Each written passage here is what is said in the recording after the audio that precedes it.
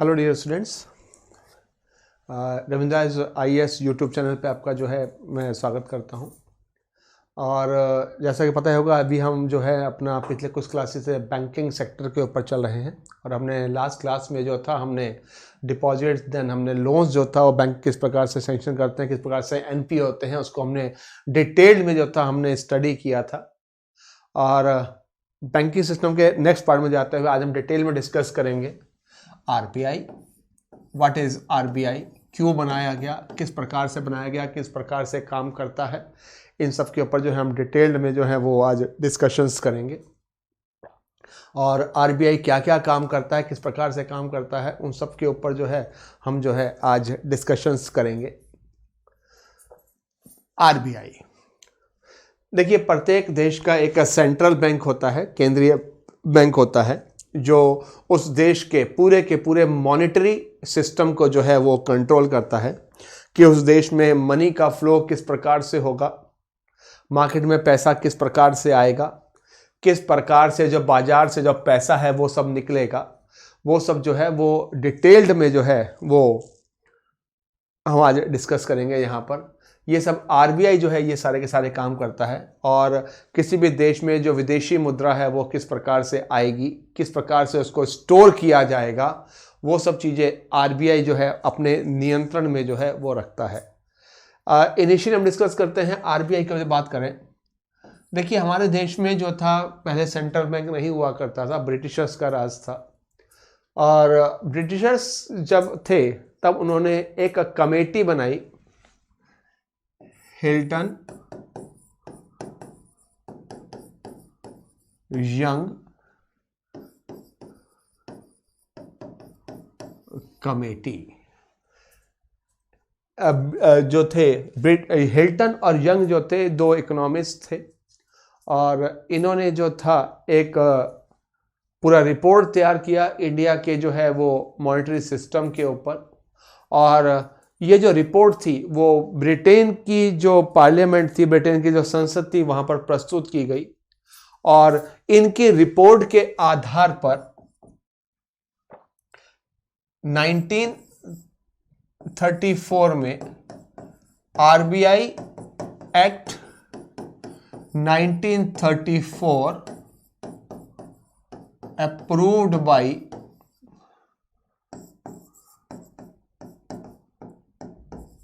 British parliament. Britain की parliament ने 1934 में एक बिल पास किया, एक जिसको नाम दिया गया RBI एक्ट 1934। और इसके आधार पर 1 अप्रैल 1935 को 1 अप्रैल 1935 RBI was established। RBI की जो स्थापना की गई with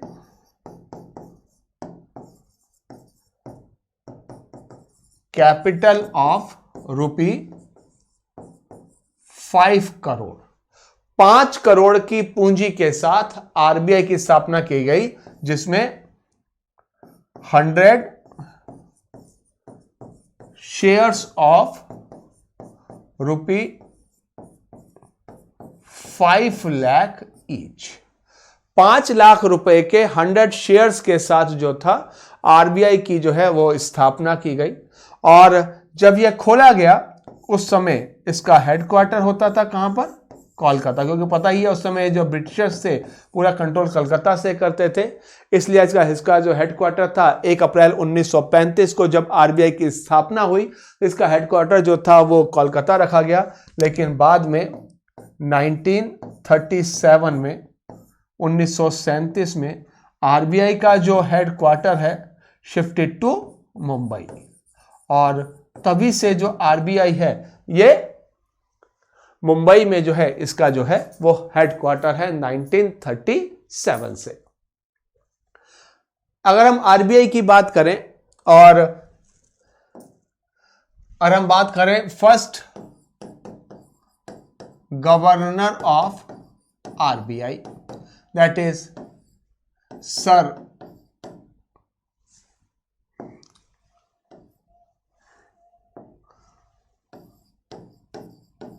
Osborne Smith. Sir Osborne Smith जो है वो आरबीआई के पहले अध्यक्ष थे, और अगर हम बात करें फर्स्ट इंडियन गवर्नर जो 1943 में बने was CD. Deshmukh.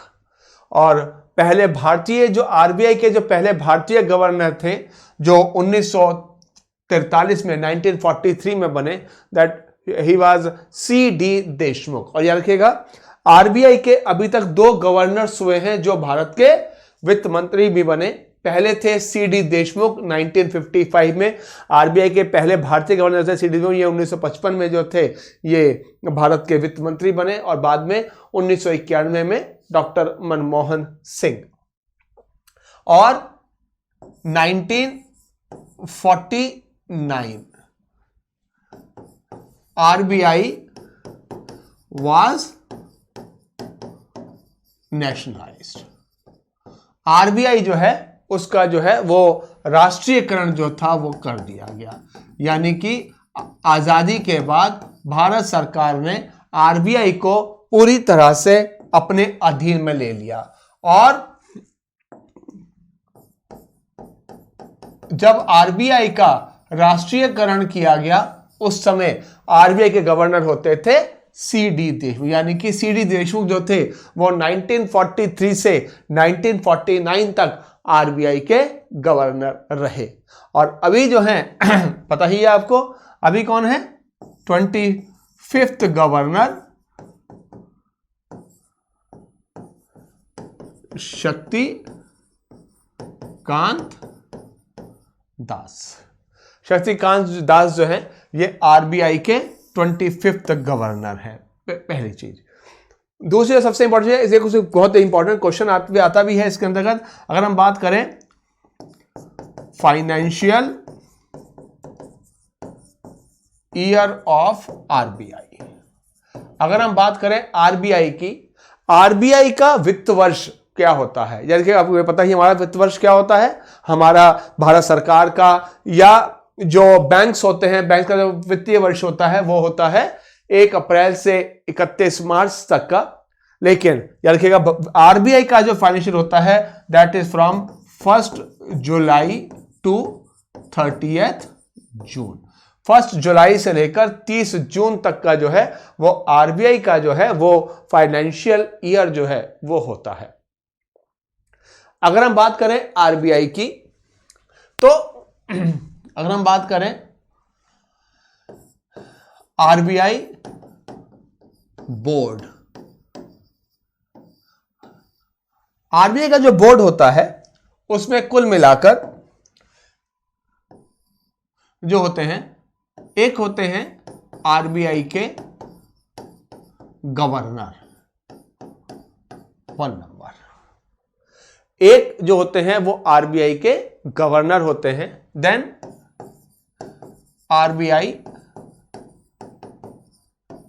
Deputy governor that is 4 number.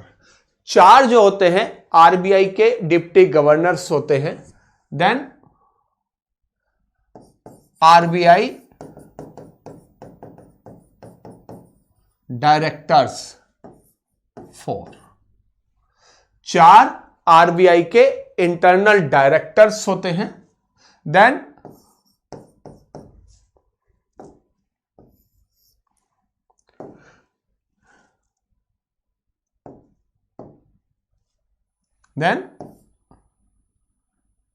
Finance ministry directors 2, और 2 जो होते हैं वो वित्त मंत्रालय के जो डायरेक्टर्स है वो होते हैं, यानी कि कुल मिलाकर जो मेन डायरेक्टर्स, मेन जो आपके बोर्ड होता है दैट इज 11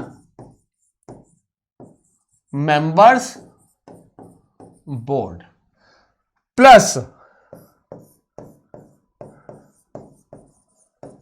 10 members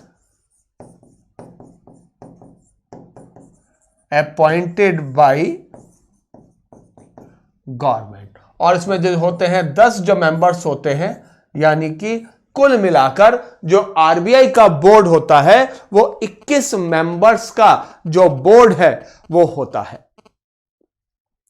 अगर हम आरबीआई के बोर्ड की बात करें तो अगर आरबीआई गवर्नर की बात करें तो इसमें क्वेश्चन और आता है कि आरबीआई का जो गवर्नर है उनको अपॉइंट कौन किया जाता है। याद रखिएगा, आरबीआई क्या है? एक स्वायत्त संस्था है, एक ऑटोनॉमस बॉडी है जो भारत सरकार के अधीन काम करती है, लेकिन इसके पास जो पावर्स दी गई हैं, इसको ऐसी पावर्स दी गई कि अपने आप जो है वो पूरा पूरा जो है एक ऑटोनॉमस बॉडी की तरह से काम करती है। लेकिन इसके जो गवर्नर होते हैं, गवर्नर अपॉइंटेड बाय पीएमओ, यानी कि प्रधानमंत्री कार्यालय जो है वो आरबीआई के गवर्नर का जो है वो चयन करता है। एंड बाय फॉर, इस पे क्वेश्चन आया भी हुआ है कि आरबीआई के जो गवर्नर होते हैं उनका कार्यकाल कितने साल का होता है। याद रखिएगा, जब भी भारत सरकार आरबीआई गवर्नर का चयन करती है that is for 3 years, which can be extended for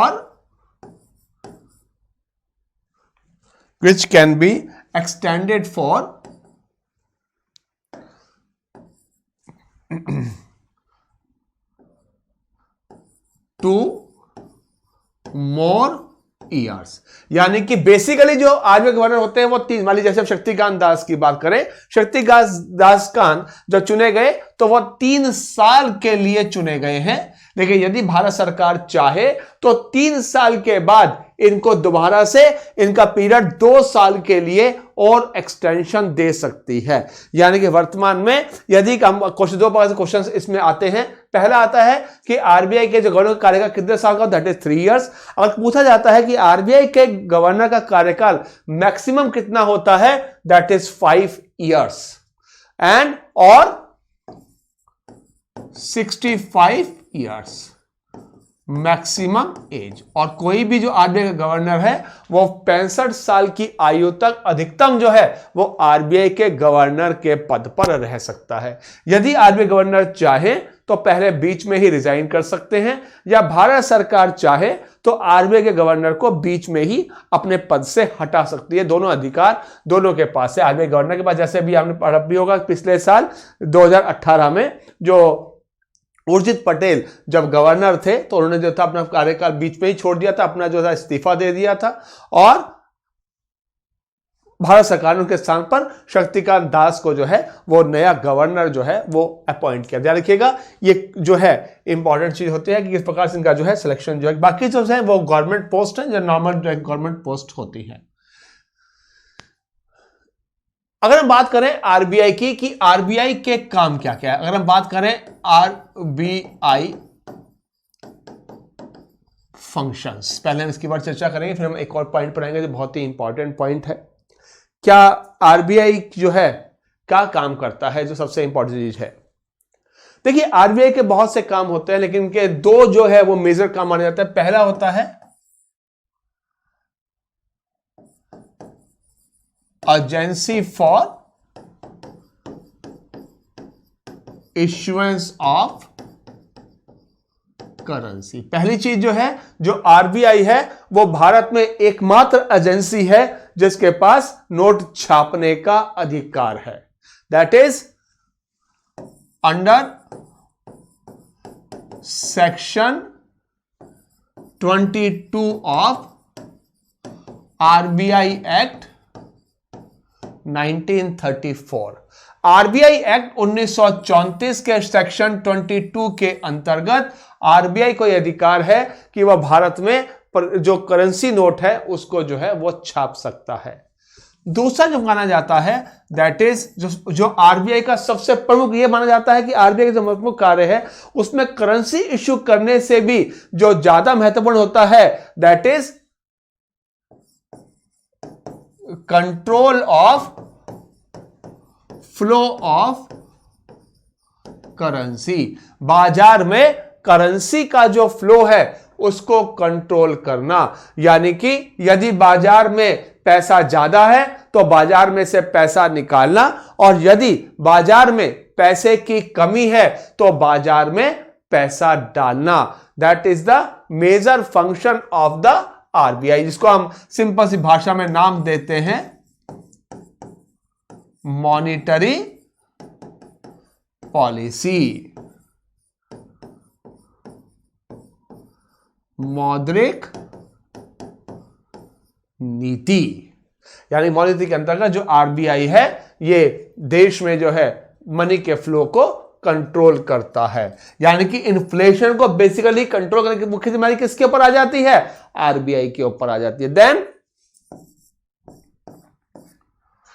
bankers bank, इसको हम नाम देते हैं बैंकर्स बैंक।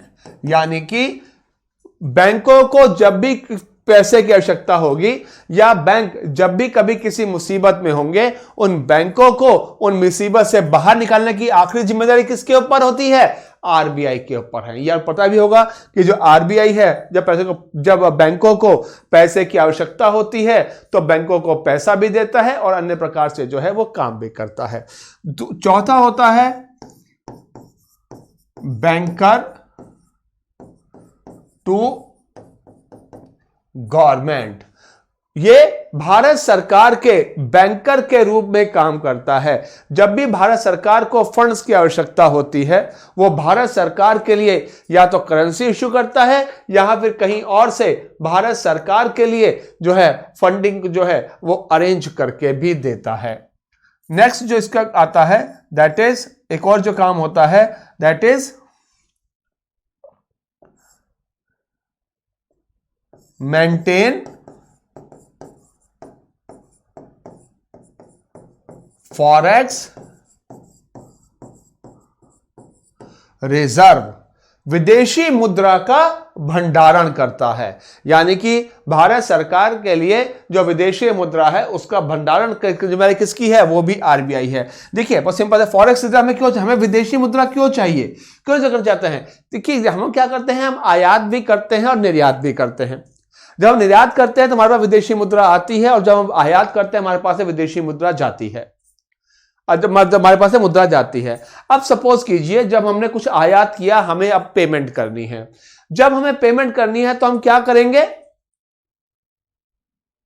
पेमेंट हम उस देश की करेंसी में करेंगे या यूएस डॉलर में करेंगे।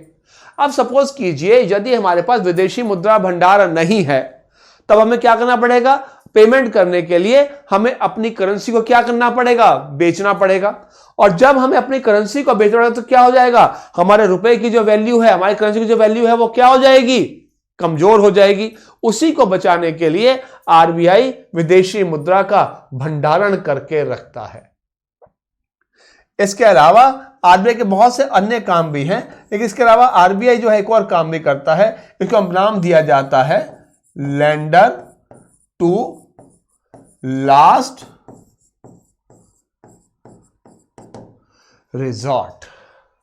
और आरबीआई को है इसको जो है लेंडर टू लास्ट रिजॉर्ट के रूप में भी जो है वो देखा जाता है। इसका अर्थ लेंडर टू लास्ट का मतलब होता है कि जब भारत सरकार बहुत बड़े आर्थिक संकट में होगी या बैंक किसी आर्थिक समस्याओं से घिरे हुए होंगे, उनको बाहर निकालने के लिए, उनकी सारी समस्याओं को दूर करने, मॉनेटरी समस्याओं को दूर करने के लिए जो आरबीआई है वो अपने सारे के सारे सोर्सेज को पूरी तरह से प्रयोग करेगा।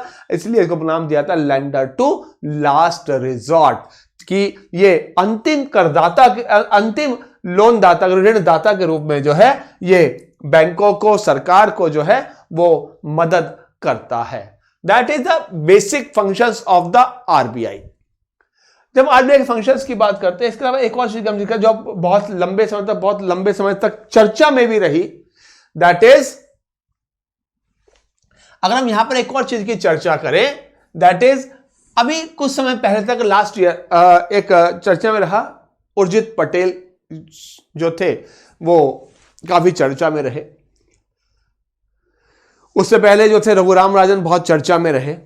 देखिए एक यहां पर छोटा सा डिस्कशन करना बहुत आवश्यक होता है कि अगर हम बात करें आरबीआई के बीच और भारत सरकार के बीच संबंध किस प्रकार के होते हैं। पहले तो हम बात करेंगे कि आरबीआई एक्ट 19, यहां पे वैसे बात डिस्कस कर रहे हैं basically RBI government relations, Bharat सरकार और आरबीआई के बीच क्या संबंध होते हैं, किस प्रकार से दोनों मिलकर जो है वो काम करते हैं। देखिए मैंने पहले बता चुका हूं कि आरबीआई क्या है, एक स्वायत्त संस्था है और जो है ये अपना जो है अलग प्रकार से जो है काम करती है। भारत सरकार ने उनको अधिकार दिए हुए हैं कि ये एक स्वायत्त संस्था के रूप में अपने सारे नियमों को खुद बना सकती है, खुद बैंकों को कंट्रोल कर सकती है, सब कुछ कर सकती है। लेकिन इसके बावजूद आरबीआई एक्ट 1934 ये बहुत चर्चा में भी रहा। सेक्शन 7 आरबीआई अधिनियम 1934 का सेक्शन 7 कहता है, in case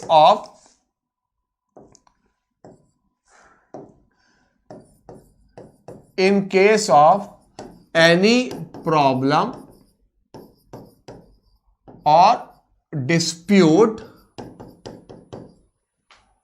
government can take over और इंस्ट्रक्ट द आरबीआई।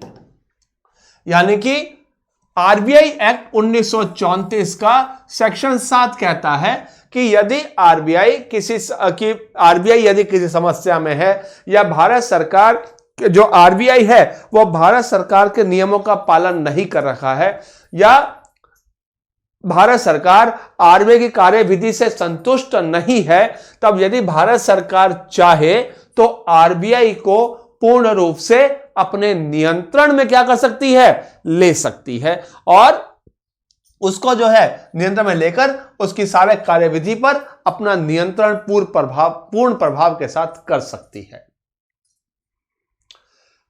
लेकिन यह माना गया है कि भारत सरकार ने आज तक कभी भी 1947 से लेकर आज तक कभी भी आरबीआई एक्ट 1934 के सेक्शन 7 का पालन नहीं किया है, या ये कहें कभी ऐसी आवश्यकता ही नहीं आई कि भारत सरकार को सेक्शन 7 का प्रयोग करना पड़े।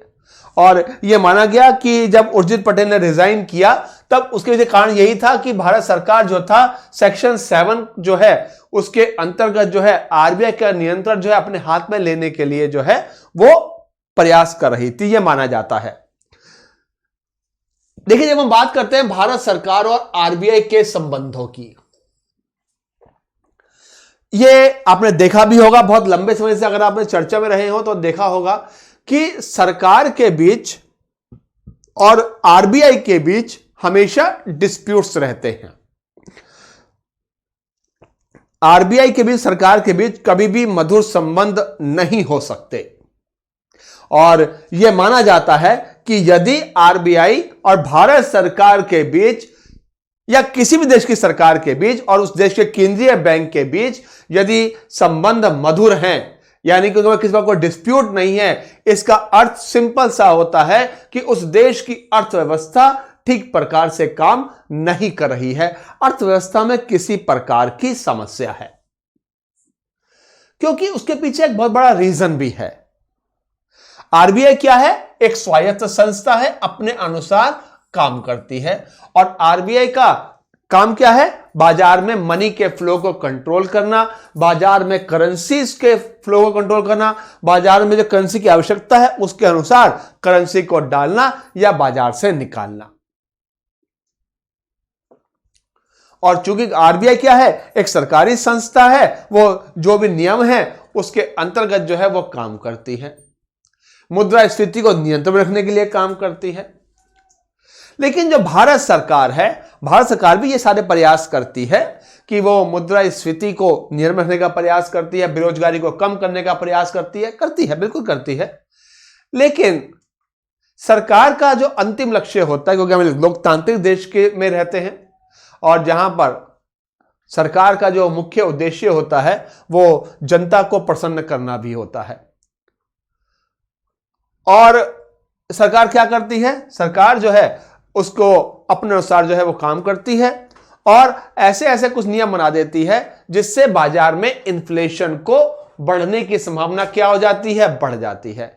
यही कारण है कि सरकार और आरबीआई के बीच हमेशा विवाद हो जाता है, क्योंकि मान लीजिए हम कई बार बहुत सी नीतियों के समीक्षा भी करते हैं और आरबीआई बार बार सरकार को कहता रहा है, ना केवल केंद्र सरकार को बल्कि राज्य सरकारों को भी, कि जो राज्य सरकार की या किसी भी राज्य सरकार की या केंद्र सरकार की जो सस्ते दरों पर अनाज उपलब्ध कराने की जो नीति है या अब किसानों को लोन माफ करने की जो नीति है, वो बाजार में क्या करती है, मुद्रास्फीति को या महंगाई दर को बढ़ा देती है। क्योंकि जो पैसा, जैसे हम यहां पर एक चर्चा कर लेते हैं पहले, जैसे हम बात करते हैं किसानों के लोन की माफ करने का। और देखा होगा पिछले कुछ सालों में भारत में लगभग बहुत से राज्यों ने किसानों के जो ऋण थे उन्हें जो है वो माफ करने में जो था वो काफी तेजी दिखाई। आरबीआई इस नीति का हमेशा विरोध करता रहा है और आरबीआई का जो विरोध है वो जायज है। देखा जाए तो सरकार का जो कदम है वो भी अपने स्थान पर सही है, आरबीआई के जो विरोध है वो अपने स्थान पर सही है। क्योंकि सरकार ने जब किसानों के लोन माफ किए तो उसके पीछे रीजन था कि भारत एक गरीब देश है, यहाँ पर किसानों की जो स्थिति है वह बहुत ज्यादा खराब है, मानसून फेल हो गया या किसी भी अन्य रीजन से, जिसने हमने पढ़ा कि पिछले कुछ सालों में जो किसान हैं उन्होंने, बहुत से किसानों ने जो क्या किया, कर्ज में डूबे होने के कारण आत्महत्याएं की, जिसे सरकार ने क्या किया कि किसानों के लोन को जो है माफ कर दिया। या भारत में अधिकांश बहुत से लोग जो है भारत में करीब, अगर हम बात करें 2011 की जनगणना की, तो 2011 की जनगणना अनुसार करीब हमारे देश में 28 करोड़ लोग ऐसे थे जो गरीबी रेखा से नीचे रह रहे थे। अब उन लोगों को गरीबी रेखा से ऊपर लेके आना है। भुखमरी की समस्या, क्योंकि भारत अगर बात करें विश्व में भुखमरी सूचकांक में 102वें नंबर पे है, यानी कि हमारे यहाँ पर जो भुखमरी से मरने वालों की जो संख्या है बहुत ज्यादा है। अब हमें उन लोगों को भी बाहर निकालना है।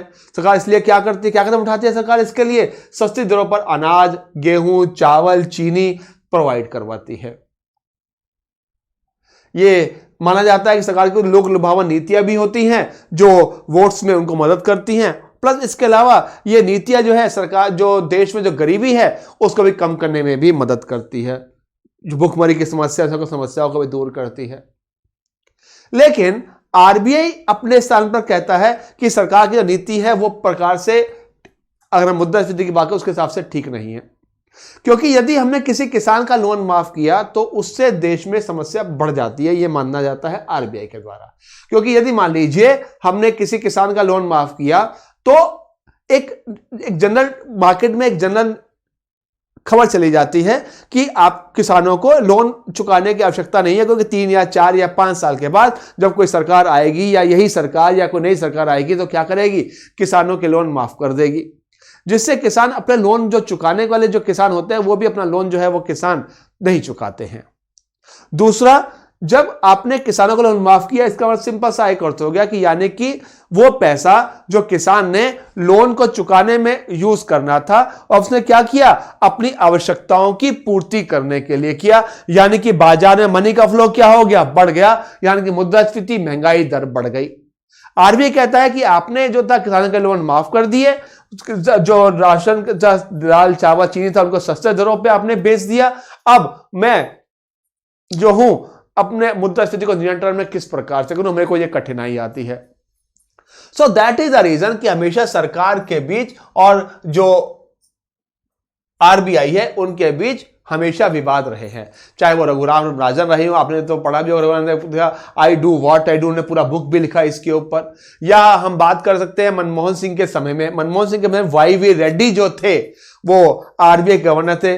जो मनमोहन सिंह है वो खुद एक वित्त मंत्री भी रहे, आरबीआई के गवर्नर भी रहे और जो है इकोनॉमिस्ट भी हैं। उसके बावजूद ये माना जाता है कि भारत सरकार के बीच, हम ये नहीं कहेंगे किसी व्यक्ति विशेष के बीच, हम कहेंगे भारत सरकार के बीच और वाई वी रेड्डी जो इसमें आरबीआई के उनके बीच भी तो काफी विवाद है। इसके ऊपर उन्होंने जो वाई वी रेड्डी है उन्होंने पूरा किताब भी लिखा, who cut my interest rate. So that is the reason कि भारत सरकार और आरबीआई के बीच हमेशा विवाद का कारण रहता है, क्योंकि आरबीआई अपने अनुसार काम करता है और भारत सरकार जो है अपने अनुसार जो है काम करती है। और यह देखा जाए आरबीआई और भारत सरकार के बीच या किसी भी देश के केंद्रीय बैंक और उस देश की सरकार के बीच विवाद होना एक अच्छी रणनीति के तहत माना जा सकता है। इसका सिंपल सा अर्थ है आरबीआई या भारत सरकार दोनों ही जो है अपना काम जो है वो ठीक प्रकार से कर रहे हैं। ये विवाद जो है एक हेल्दी इकोनॉमी को सूचक भी माना जा सकता है।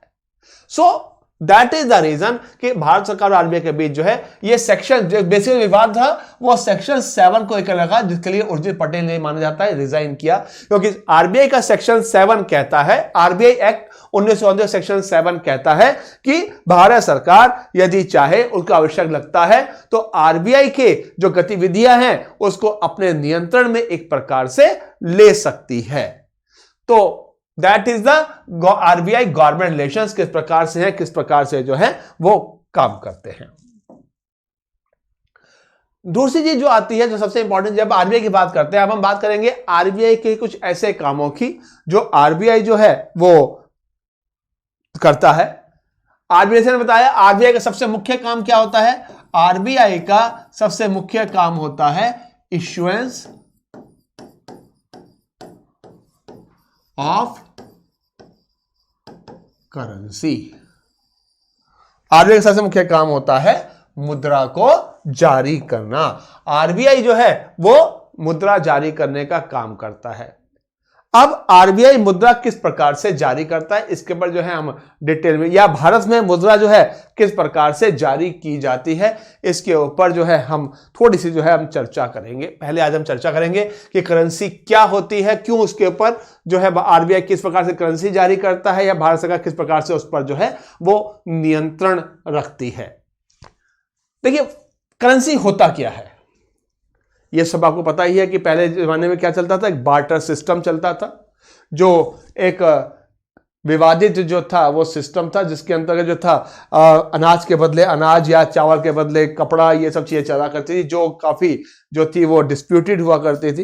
लेकिन धीरे धीरे जो था वो करेंसी जो है वो प्रचलन में आई और वर्तमान समय में जो करेंसी ही है जो पूरे देश को एक सूत्र में बांधती है और अंतर्राष्ट्रीय स्तर पर जो क्या करती है हमारी एक अलग से पहचान भी बनाती है। अगर हम भारत में इस करेंसी की बात करें तो याद रखिएगा भारत में जो करेंसी है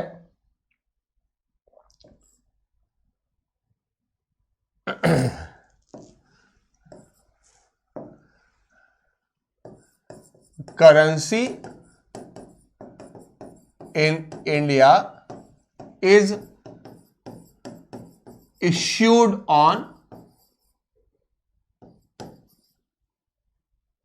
on behalf of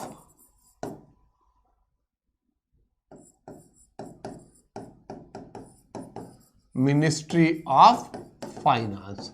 भारत में जितनी भी मुद्रा जारी की जाती है वो वित्त मंत्रालय के निर्देश के बाद ही जारी की जा सकती है। और भारत में जो करेंसी है उसको हम दो भागों में बांटते हैं।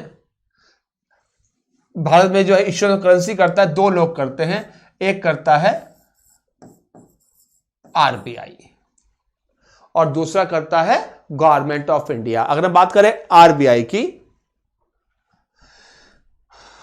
आरबीआई कैन इश्यू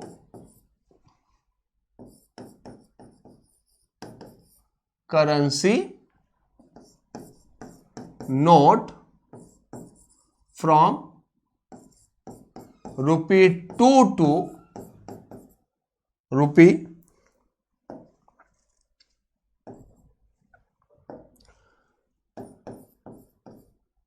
₹10,000 अंडर, ये आपको बता ही चुका हूं पहले मैंने, under RBI act 1934 section 22। Bharat में आरबीआई को यह अधिकार है कि आरबीआई ₹2 से लेकर 10,000 तक का करेंसी नोट, याद रखिएगा आरबीआई केवल और केवल करेंसी नोट इश्यू करता है, आरबीआई सिक्के जारी नहीं करता है। ठीक, अंडर सेक्शन 22 भारत में केवल और केवल आरबीआई को ही अधिकार है कि वह करेंसी जारी कर सकता है। करता कहां तक का है अभी? 2 रुपए से लेकर 2000 रुपए तक का जो करेंसी है वो अभी आरबीआई जो करता है वो मार्केट में जारी करता है। याद रखिएगा पहले 1978 तक 1978 तक जो आरबीआई है वो 10,000 रुपए का करेंसी नोट भी जो है वो जारी करता था, लेकिन 1978 में भारत सरकार ने 10,000 रुपए का जो करेंसी नोट था उसको डीमोनेटाइज कर दिया, यानी कि भारत सरकार ने जो 2,000 रुपए का जो करेंसी नोट था उसको 10,000 रुपए तक का जो करेंसी नोट था उसको जो था वो बंद कर दिया। क्लियर? साइंड बाय यहां पे जो भी जो होता है वो आरबीआई के जो है वो आरबीआई के जो गवर्नर रहते हैं उस करेंसी नोट पर साइन करते हैं। दूसरा होता है government of India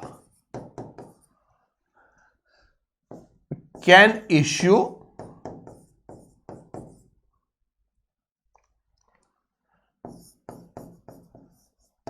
currency note of ₹1। Bharat सरकार जो है वो 1 रुपए का currency note plus coins from 50 पैसा टू ₹1000। भारत सरकार यदि चाहे 1 रुपए का करेंसी नोट या 50 पैसे से लेकर 1000 रुपए तक के सिक्के जारी कर सकता है। करता कहां तक के है? वो सिक्के जारी करता है प्रेजेंटली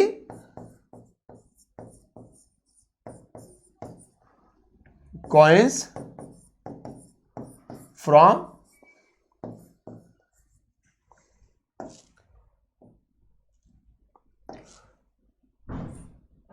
फ्रॉम 50 पैसा टू ₹20। और वर्तमान में जो है भारत सरकार जो है वो 50 पैसे से लेकर 20 रुपए तक का सिक्का जारी करती है। याद रखिएगा अभी 2019 में ही भारत सरकार ने 20 रुपए का नया जो सिक्का है उसको मार्केट में लॉन्च किया है। याद रखिएगा 2009 में भारत सरकार जो है वो 10 रुपए का सिक्का लेकर आई थी मार्केट में, और अब 10 साल बाद 2019 में जो है भारत सरकार ने नया 20 रुपए का जो सिक्का है वो जारी किया है। यानी कि भारत सरकार ने कई बार हम डिस्कस करते हैं, बच्चे बताते हैं सर भारत सरकार ने अभी 350 रुपए का जो था वो गुरु गोविंद सिंह की याद में, 550 रुपए का जो था वो गुरु नानक देव की याद में, या 100 रुपए का अटल बिहारी वाजपेयी की याद में सिक्के जारी किए। यानी कि ये जो सिक्के होते हैं ये स्मारक सिक्के होते हैं। 20 रुपए से ऊपर के भारत सरकार वर्तमान में जो भी सिक्के जारी करती है वो एक स्मारक सिक्के होते हैं जिसको बोलते हैं कॉमेमोरेटिव कॉइन्स होते हैं। ये सिक्के जो हैं ये जारी किए जाते हैं और इनको आरबीआई में के या भारत सरकार के म्यूजियम में जो है रख दिया जाता है, और यदि आप चाहे तो उन सिक्कों को खरीद सकते हैं, अपने घर में सम्मान के तौर पर रख सकते हैं, लेकिन उन सिक्कों को आप बाजार में जो है वो मार्केट में जो है वो चलने वाले सिक्के जो होते हैं वो नहीं होते। These are called the commemorative या सम्मान सिक्के जो हैं। और भारत अभी वर्तमान भारत सरकार जो है 50 पैसे से लेकर 20 रुपए तक के जो सिक्के हैं वो जारी कर रही है। इसमें एक और क्वेश्चन आ जाता है कई बार कि जनरली आपके पीसीएस में यूपीएससी में तो नहीं आते हैं, लेकिन पीसीएस में कई बार आ जाते हैं या लोअर एग्जाम्स में कई बार आ जाते हैं पीसीएस के अंतर्गत जो होते हैं कि जो 1 रुपए का जो करेंसी नोट है that is signed by finance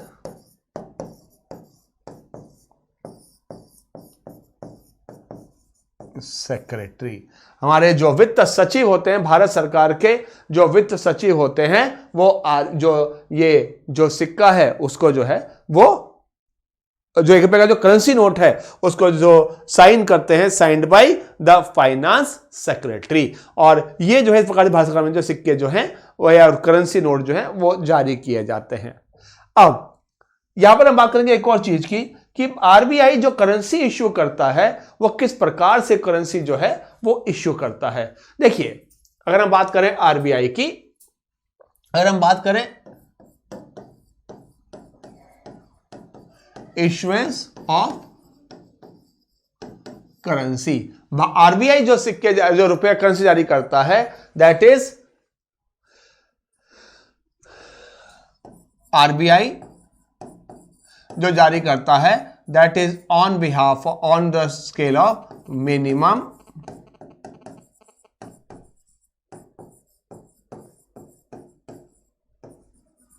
reserve system, न्यूनतम आरक्षित प्रणाली। भारत में आरबीआई जो करेंसी इशू या किसी भी देश में जो करेंसी जारी की जाती है वो जारी की जाती है न्यूनतम आरक्षित प्रणाली के आधार पर। अगर हम भारत की बात करें तो भारत में जो है न्यूनतम आरक्षित प्रणाली के आधार पर भारत सरकार जो है वो दो प्रकार से जो करेंसी इशू करवाती है आरबीआई से। इसके अंदर क्या होता है, रिजर्व के अंदर क्या होता है, रुपी 115 करोड़ गोल्ड।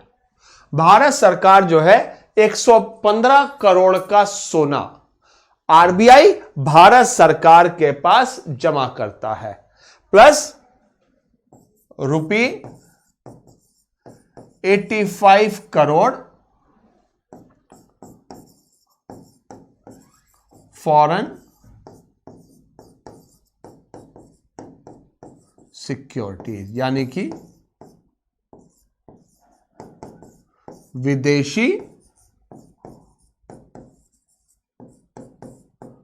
प्रत्याभूति। भारत सरकार जो है 115 करोड़ का सोना और 85 करोड़ की जो विदेशी प्रतिभूतियां हैं इनको जो है वो जारी आरबीआई जो है भारत सरकार रखता है, यानी कि टोटल कितना हो गया 200 करोड़ विद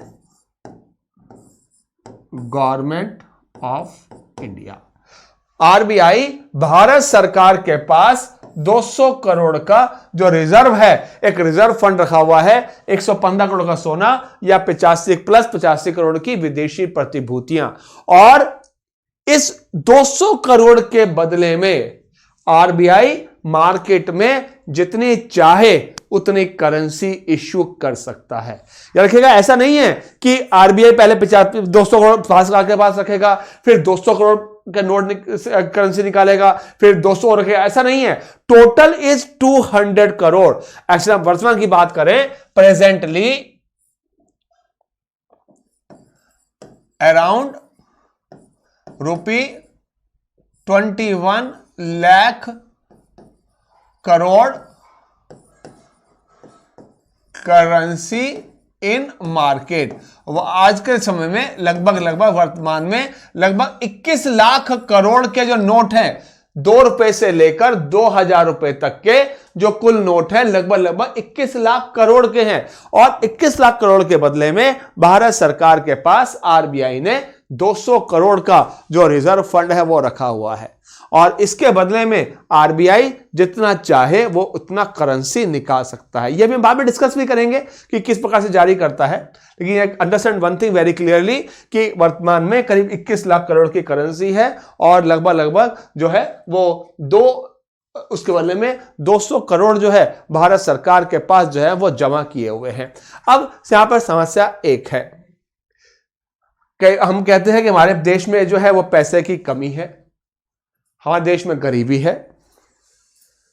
तब आरबीआई, जब आरबीआई के पास सारे अधिकार है नोट छापने के, तो आरबीआई ऐसा क्यों नहीं करता कि जो करेंसी है उसको बाजार में पूरा का पूरा डाल दे, जितनी आवश्यकता है उतने करेंसी इश्यू कर दे। या हमारे पर हम कितना लोन है, अगर हम बात करें प्रेजेंटली, अगर हम बात करें हमारे ऊपर जो लोन है you can say the external loans को हम बोलते हैं, भारत सरकार के ऊपर जो कुल विदेशी ऋण है that is that is around $550 billion, करीब हमारे ऊपर जो है $550 अरब का जो है वो अंतरराष्ट्रीय कर्जा है, वर्ल्ड बैंक का, IMF सबका मिलाकर। तो हम ऐसा क्यों नहीं करते, हम नोट ज्यादा छाप देते हैं, अपना जो कर्जा है उसको उतार देते हैं, और फिर जो है अब जो है अपना जीवन जो है आसानी से खुद अपने हिसाब से चला सकते हैं, कर सकते हैं, ऐसा बिल्कुल कर सकते हैं। लेकिन इससे क्या होगा, हम लोन क्यों लेते हैं? देखिए, उसके पीछे एक बहुत बड़ा रीजन होता है। अगर मान लीजिए RBI ने, हम इसी की बात, हम 21 लाख करोड़ की ही बात कर लेते हैं, हमने बोला कि प्रेजेंटली हमारे देश में 21 लाख करोड़ की करेंसी मार्केट में है। अब सपोज कीजिए RBI 21 लाख करोड़ से ज्यादा की करेंसी मार्केट में उतार देता है। मान लीजिए आवश्यकता है 21 लाख करोड़ की, RBI ने क्या किया, 23 लाख या 24 लाख करोड़ मार्केट में उतार दिए। इससे क्या होगा, मार्केट में मनी का फ्लो क्या हो जाएगा, बहुत तेजी से बढ़ जाएगा। हमारी डिमांड्स क्या होंगी, क्योंकि जब हमारे पास पैसा ज्यादा होगा तो क्या होगा, डिमांड्स बढ़ जाएगी। डिमांड बढ़ जाने से क्या होगा, हमारी जो आवश्यकताएं हैं वो भी बढ़ती चली जाएंगी, जिससे क्या हो जाएगा, सप्लाई तो एक लिमिटेड मात्रा में है, सब या तो हम क्या करें, अब डिमांड के साथ सप्लाई भी बढ़ाते जाएं, लेकिन सप्लाई एक लिमिटेड अमाउंट में है, एक लिमिटेड क्वांटिटी में है, और करेंसी अनलिमिटेड। तो क्या होगा, जिसके पास ज्यादा पैसे होंगे वह बाजार से ज्यादा पैसे खर्च करके अपनी वस्तुओं को खरीदना शुरू कर देगा, जिससे क्या हो जाएगा, बाजार में वस्तुओं के दाम क्या हो जाएंगे, तेजी से बढ़ने शुरू हो जाएंगे। इसी चीज को नियंत्रण में रखने के लिए RBI जितनी मार्केट में आवश्यकता होती है केवल उतनी ही करेंसी जो है मार्केट में उतारता है। प्लस दूसरी एक और चीज होती है, देखिए, जब तक हमारे पास पैसा नहीं है, जब तक हमारी आवश्यकता है, तब तक हम क्या करते हैं, हम मेहनत करते हैं, अपने देश को, विकास को बढ़ाने के लिए प्रयास करते हैं। अब पता है कि हमारे पास $550 अरब का लोन है, अंतरराष्ट्रीय लोन है, यानी कि हमें क्या करना है, इसको उतारने के लिए प्रयास करने हैं। और जब हमें क्या, दो काम करने हैं, एक तो हमें अपने खुद की इनकम को भी जनरेट करना है, और हमें क्या करना है, हमें विदेशी कर्ज भी उतारना है, जिससे क्या हो जाएगा, हम जो है अपने खर्चों को भी कम करेंगे और अपनी आय को बढ़ाने के नए नए साधन भी ढूंढेंगे। प्लस इसके अलावा अब अपने ग्रोथ को भी, अपनी हमारी जो क्षमता है, अपनी क्षमताओं का हम पूरी तरह से प्रयोग भी करेंगे, जिससे क्या होगा, देश का जो विकास है वो अपने आप ही जो आगे बढ़ने लगेगा। हमारा खुद का भी विकास होगा और देश का भी जो विकास है वो प्रणाली जो है अपने आप ही जो है विकसित हो जाएगी, जिससे क्या हो जाएगा, मार्केट में मनी का जो फ्लो है वो अपने आप ही पूरी तरह से नियंत्रित हो जाएगा। यानी कि RBI केवल उतने ही करेंसी मार्केट में उतारता है जितनी की आवश्यकता है।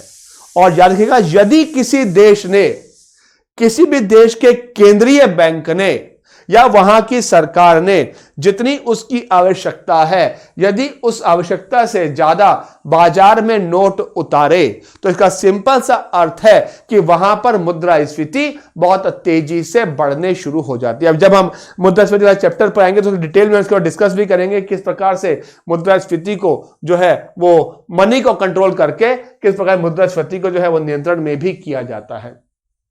यानी कि RBI को यदि बाजार में, यदि RBI को मनी का फ्लो जो है वो कंट्रोल करना है तो क्या करेगा, RBI क्या करेगा, बाजार में उतनी करेंसी उतारेगा जितनी की उसको आवश्यकता है, ना कि आवश्यकता से ज्यादा। प्लस दूसरी, इसी साथ साथ एक चीज और लेते हैं कि मान लीजिए मेरे पास भी अगर आवश्यकता से ज्यादा पैसा है, या मान लीजिए सरकार ने क्या किया, बाजार में पैसा आवश्यकता से ज्यादा डाल दिया, इससे क्या हो जाएगा, बाजार में मनी का फ्लो क्या हो जाएगा, बढ़ना शुरू हो जाएगा, बहुत ज्यादा मार्केट में मनी का फ्लो हो जाएगा, जिससे क्या हो जाएगा कि मार्केट में जो वस्तुओं के दाम है वो अपने आप ही तेजी से बढ़ने शुरू हो जाएंगे। और हमारी, चूंकि हमारी आवश्यकताएं बढ़ रही हैं, हमारा क्या हो जाएगा, निर्यात, हमारा जो प्रोडक्शन है वो तो एक लिमिट तक है, फिर क्या करेंगे, हम विदेशी जो बाजार, जो विदेशी वस्तुएं हैं उनका आयात शुरू कर देंगे, ज्यादा आयात शुरू करेंगे, जिससे क्या हो जाएगा, वापस हमारी जो इकोनॉमी है उसको जो है खराब होने में जो है ज्यादा समय नहीं लगेगा। इसका एक परफेक्ट एग्जांपल लिया जा सकता है, वर्तमान समय का एग्जांपल लिया जा सकता है, दैट इज वेनेजुएला। वेनेजुएला ने यही समस्या वेनेजुएला में आई जब 1999 में जब तेल के दाम बहुत ऊंचाई पर थे और जो वेनेजुएला है उसका जो मुख्य जो व्यापार है वो क्रूड ऑयल का एक्सपोर्ट ही है। और जब अंतर्राष्ट्रीय बाजार में जब क्रूड ऑयल के कच्चे तेल के दाम जब बहुत हाई थे, उस वहां पर जो इनकम के सोर्सेज बहुत ज्यादा थे, वहां की सरकार ने क्या किया, बाजार में पैसे को बहुत बड़ी मात्रा में उतार दिया, जिससे वहां पर क्या हो गया, ब्लैक मनी बहुत बड़ी मात्रा में हो गई, जिससे जो समस्याएं हैं वहां पर बढ़ती लगी। और वर्तमान में आपको पता ही होगा, अगर हम वेनेजुएला की बात करें, वेनेजुएला में इस समय जो इन्फ्लेशन है दैट इज अराउंड 10 लाख%। हमारी जो इन्फ्लेशन लगभग 5% के आसपास की चलती है, वो भी हमें तकलीफ देती है। अब हम देख सकते हैं अगर वेनेजुएला में यदि इन्फ्लेशन मुद्रास्फीति अगर 10 लाख% की है तो वहां के लोगों की स्थिति किस प्रकार की होगी। इसी चीज को नियंत्रण में रखने के लिए आरबीआई क्या करता है कि जो करेंसी है उसको एक लिमिटेड मात्रा में जो है वो बाजार में उतारता है। Clear? So that is the important part of the our monetary system. ठीक, अगर हम बात करें करेंसीज की तो हमारे देश में कई प्रकार की, या किसी भी देश में जो करेंसीज है उसको हम कई प्रकार से कई भागों में बांट देते हैं, लेकिन हमारी जो करेंसीज होती हैं उसके लिए सबसे इंपॉर्टेंट जो आती है दैट इज कॉल्ड, जो हमें चर्चा भी जिस पर करते हैं सबसे ज्यादा वही जो है वो मार्केट में प्रचलित होती है, that is called legal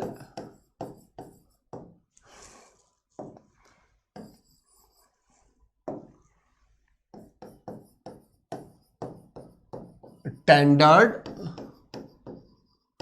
currency, जिसको आप हिंदी में नाम देते हैं वैधानिक मुद्रा। क्या होती है वैधानिक मुद्रा?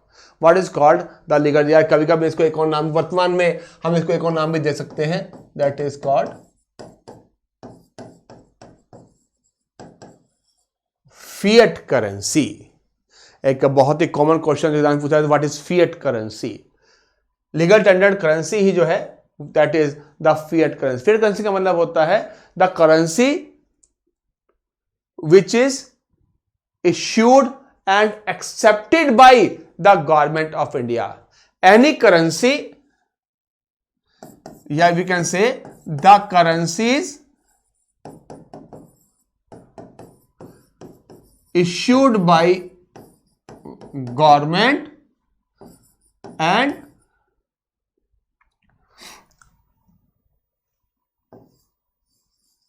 all the currencies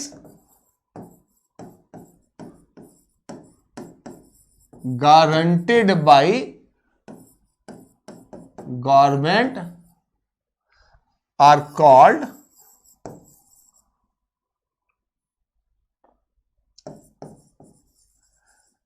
legal tendered currencies. कोई भी वो करेंसी जिसको उस देश की सरकार जारी करे, या कोई भी वो करेंसी जिसको भारत सरकार या किसी भी देश की सरकार गारंटेड करे, यानी कि या तो करेंसी जो है देश की सरकार, यानी कोई भी करेंसी जो भारत सरकार ने या तो जारी करी हो। अब भारत सरकार क्या जारी करती है? भारत सरकार जारी करती है 50 पैसे से लेकर, वर्तमान की अगर हम बात करें 50 पैसे से लेकर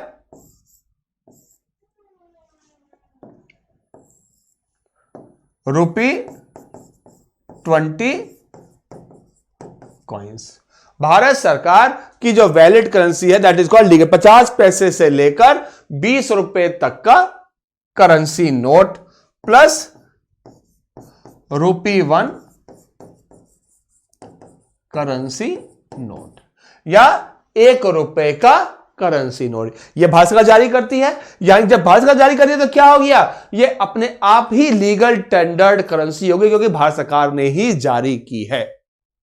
लेकिन गारंटेड, दूसरा मैंने क्या लिखवाया, गारंटेड बाय गवर्नमेंट, यानी कि currencies issued by RBI, that is from ₹2 to ₹2000 currency notes. ₹2 से लेकर 2, 5, 10, 20, 50, 100, 500 और 2000, ये सब क्या हो गए, ये आरबीआई जारी करता है और भारत सरकार इसको गारंटी करती है।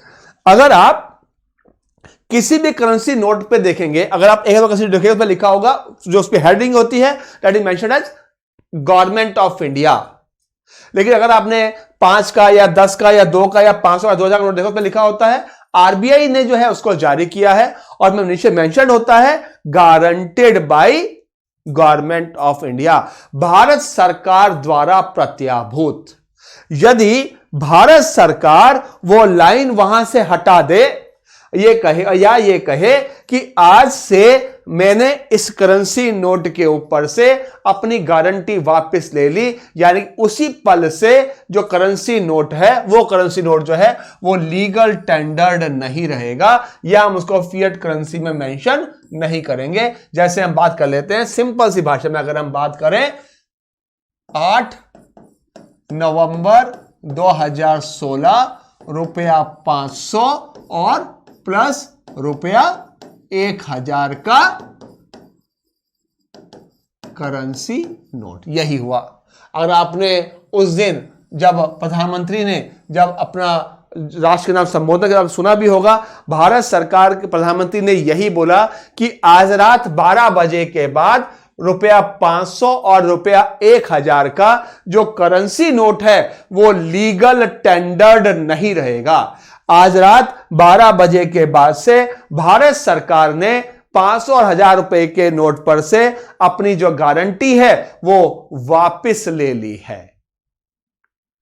यानी कि कभी भी किसी भी देश की सरकार यदि चाहे तो अपनी जो करेंसी है उसको जो है उसको लीगल टेंडर्ड से हटा सकती है, और उस दिन से यानी कि वो जो करेंसी का जो प्रयोग करना होगा दैट विल बी इलीगल। लेकिन भारत सरकार ने क्या बोला इसके साथ, एक बोला कि चूंकि 500,000 किसने जारी किया, भारत सरकार ने प्रत्याभूति का गारंटी दी थी। उन्होंने बोला कि आप ये नोट बंद कर रहे हैं, लेकिन यदि आप चाहें तो इन नोटों को हमारे पास आकर बैंक में जाकर जमा कर दीजिए, या पेट्रोल पंप या हॉस्पिटल, जहां भी आप जहां जो भी गवर्नमेंट ऑफ इंडिया की जो भी रिकॉग्नाइज संस्थान है वहां पर जाकर जो है आप क्या कीजिए, वहां पर जाकर जो एक करेंसी नोट है वहां जाकर एक्सचेंज कर सकते हैं या वहां जाकर आप यूटिलाइज कर सकते हैं।